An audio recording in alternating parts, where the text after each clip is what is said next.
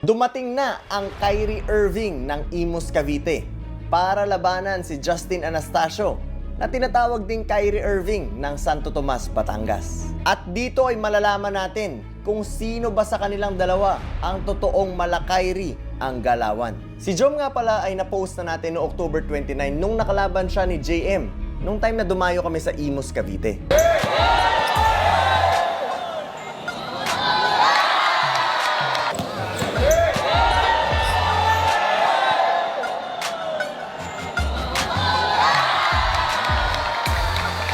At dito nga sa video na to ay sobrang daming nag-comment na si Justin daw ang katapat ng batang ito. Kaya't inimbitahan namin si Jom upang pagbigyan ang inyong hiling. Ang magiging laban nila ay 1-6, winner's ball, and 1 stop. Kaya tara na't panoorin natin dahil alam kong sobrang excited na kayo mapanood ang dalawang magaling na bata na to. Jom, welcome back! Tuloy po. Ay. Morning po. Morning po. Okay lang po. Ay, sige po. Opo. Tuloy po kayo.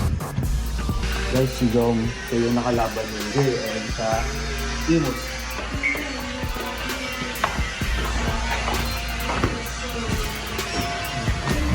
Kung naalala nyo yung laro ni Dia sa Imus, pumunta kami doon and may naka 1-on-1 to. Yan, si JM. Doon naka 1-on-1, isa sa mga naka 1-on-1 niya doon is si Jom. Yan, si Jom from Imus. And actually guys, marami nagre-request kasi natalo ni Jom si JM sa laro na yun. Sa comment section, kung babalikan nyo yun, napakadami nagre-request na ilaban daw natin si Jom kay Justin. So, yun na. Ay guys, si Justin. And kumbaga, tinanong muna namin yung side ni Jom kung okay lang ba, invite natin dito sa bahay. Actually, kasama yung mother, kita, saka yung brother.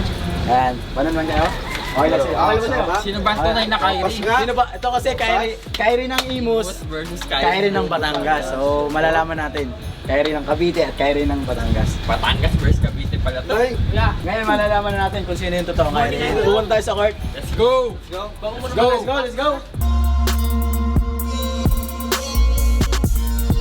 Guys, nandito si Ayman. Tapos kakarating lang kagabi ni Justin. Hindi ko alam kung nag-uusap sila si Ayman. Tin!